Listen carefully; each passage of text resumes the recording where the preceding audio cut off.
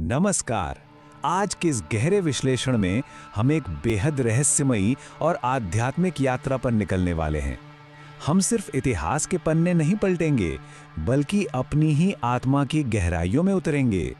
ये एक ऐसी ध्यानात्मक यात्रा है जो हमें ब्रह्मांडीय ऊर्जा, आत्मशुद्धि और परम शांति के सबसे पुराने केंद्रों में से एक बिरजा शक्तिपीठ तक ले जाएगी। तो सबसे अहम बात यह है कि जब हम शक्तिपीठों के बारे में सोचते हैं तो अक्सर हमारा ध्यान बाहरी प्रार्थनाओं या वरदान मांगने पर ही अटक कर रह जाता है ना? लेकिन असल में जैसा कि ये विचार हमें बता रहा है, असली यात्रा तो हमारे भीतर की है। माँ बिरजा का ये पवित्र स्थान केवल सांसारिक इच्छाओं की पूर्ति के लिए नहीं है, ये तो हमारे अहंकार की धूल को साफ करने और हमारी आत्मा को भीतर से शुद्ध करने का एक बहुत ही गहरा आध्यात्मिक केंद्र है। तो चलिए समझते हैं कि इस सब की शुरुआत आखिर कैसे हुई। आइए हजारों साल पहले के भारत की एक छवि अपने मन में उकेरते हैं। एक ऐसा समय जब पूर्वी भारत की भूमि केवल घने जंगलों और अविरल बहती पवित्र नदियों से ढकी हुई थी। वातावरण में एक ऐसा गहरा सन्नाटा था जिसे केवल बहते हुए पानी की कलकल ही तोड़ती थी। ये वो दौर था जब साधु और संत दुनिया के शोर शराबे से कटकर आत्मा की शुद्धि और मोक्ष की अंतिम खोज में सालों साल घोर तपस्या में लीन रहते थे। चारों तरफ बस ब्रह्मांड के परम सत्य को जानने की एक असीम प्यास थी। और यहीं से शुरू होती है हमारी प्राचीन आध्यात्मिक खोज, प्राचीन काल में मोक्ष की तलाश। अब देखिए, ये वो कालखंड था जब एक बहुत बड़ा वैचारिक संघर्ष आकार ले रहा था, दो बिल्कुल अलग विचारधाराओं के बीच। एक तरफ थे राजा दक्ष प्रजापति, वो समाज के सख्त नियमों, सांसारिक व्यवस्थाओं, सत्ता और सच कहें तो अहंकार का पूरी तरह से प्रतिनिधित्व करते थे। और दूसरी तरफ थे भगवान शिव, जिनका स्वरूप बिल्कुल ही अलग था, जो शमशान की राख में रहते थे, भस्म लगाते थे और हर तरह की सांसारिक मोहमाया या दिखावती नियमों से पूरी तरह मुक्त थे। राजा दक्ष को शिव का ये वैराग्य, ये असीमित और अनियंत्रित स्वरूप कभी भी स्वीकार नहीं हुआ, जो आगे चलकर कारण बना एक बहुत बड़े टकराव का। बलिदान और ब्रह्मांडीय क्रोध, दिव्य संतुलन का टूटना।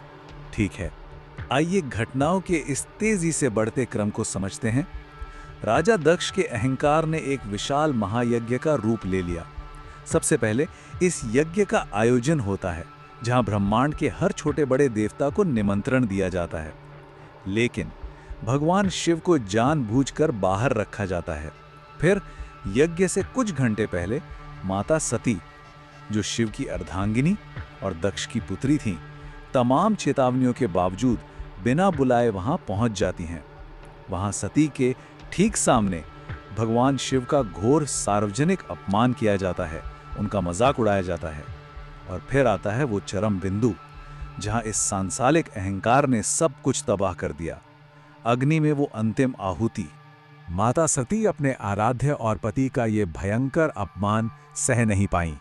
एक गहरी पीड़ा और आंखों में आंसुओं के साथ उन्होंने वो शब्द कहे जो आज भी गूंजते हैं, जिस शरीर ने शिव को अपना स्वामी माना, अब वो शरीर मेरे लिए व्यर्थ है।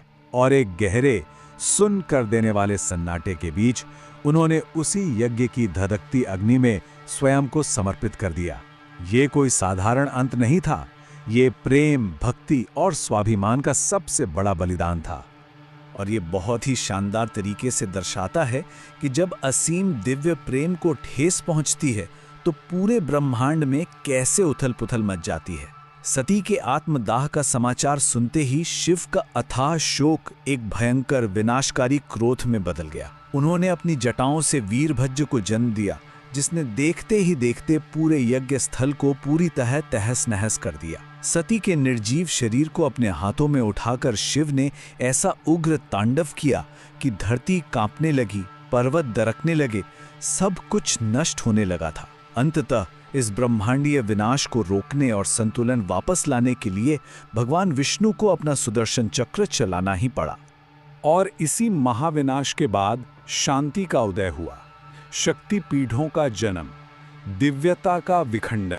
विष्णु के सुदर्शन चक्र ने माता सती के शरीर को कई हिस्सों में विभाजित कर दिया ताकि भगवान शिव का क्रोध शांत हो सके।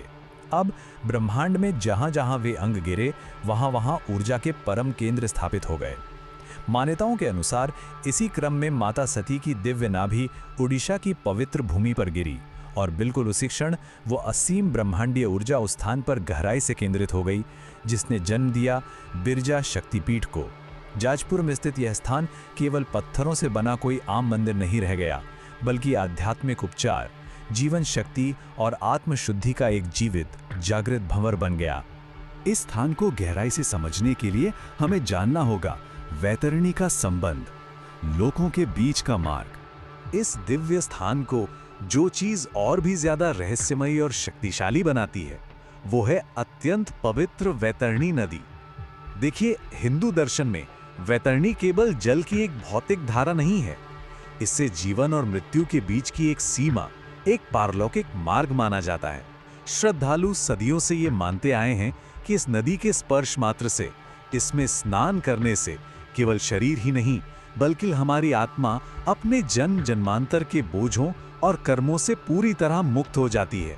ये हमारी चेतना को परम शांति की ओर ले जाने वाली एक बेहद शक्तिशाली नदी है। आइए एक पल के लिए इस स्थान की ऊर्जा को महसूस करते हैं। जाजपुर की ये भूमि जो प्राचीन काल से ही एक विशाल आध्यात्मिक राजधानी रही है, आप वहाँ की हवाओं को सच में महसूस कर सकते हैं। चारों ओर धीमी गति से बहने वाली वैतरणी जैसी पवित्र नदियाँ, हवा के सन्नाटे को चीरती हुई प्राचीन मंदिरों की वो गहरी गूंजती घंटियाँ, हर तरफ बिखरी धूप और हवन की वो रहस्यमयी सुगंध, और पृष्ठभूमि में एक लय में लगातार गूंजते हुए शांत मंत्र। ये सिर्फ दर्शन करने की जगह नहीं है, ये एक ऐसा जीवंत वातावरण है जो आपको अपनी ओर खींच लेता है। चलिए आगे बढ़ते हैं और देखते हैं कि ये कैसे विकसित होता है। आंतरिक शुद्धि की यात्रा, अशांति का स्थिरता में बदलना। अब यहाँ से ये यात्रा बाहरी कर्मकांडों से मुड़कर सीधे हमारे अपने मन के भीतर प्रवेश करती है। यहाँ की जाने वाली असली साधना मूर्तियों के सामने केवल सिर झुकाने से कहीं कहीं अधिक है। ये बहुत ही गहरी बात है, ध्यान दीजिएगा। माँ बिरजा एक दर्पण है। जब कोई साधक उस ऊर्जा के सामने खड़ा होता है ना, तो वो वास्तव में अपने स्वयं के अहंकार, अपने कर्मों और अपनी ही कमियों का सीधा सामना कर रहा होता है। ये वो जगह है जहां दिखावे के सारे आवरण खुद ब खुद गिर जाते हैं और आत्मा उस पूर्ण सत्य और दिव्य न्याय के सामने पूरी तरह से नतमस्तक हो जाती है। और जब रात का गहरा अंधकार इस मंदिर को अपनी आगोश में लेता है, तो ये अनुभव ध्यान की चरम अवस्था में पहुंच जाता है। बड़े बड़े प्रांगणों में एक भारी सन्नाटा छा जाता है।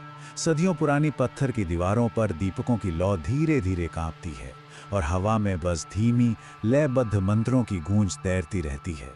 वो एक ऐसा ध्यानात्मक मौन है जो मन के सारे शोर को बिल्कुल शांत कर देता है।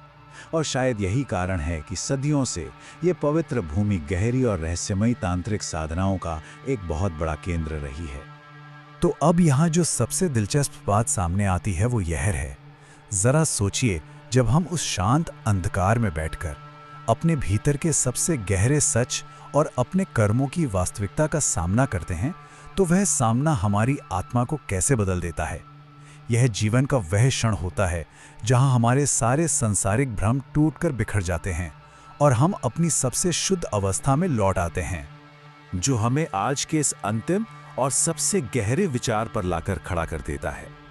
इस पूरे विश्लेषण में हमने जिस इतिहास, ऊर्जा और वैराग्य को महसूस किया, उसके बाद ये सवाल उठता है, क्या बिरजा शक्तिपीठ की यह यात्रा सच में पत्थरों से बने किसी मंदिर की एक साधारण तीर्थ यात्रा है, या फिर यह अपनी ही आत्मा की उन मौन और अछूती गहराइयों में उतरने की एक बहुत ही गहरी प्रक्रिया है।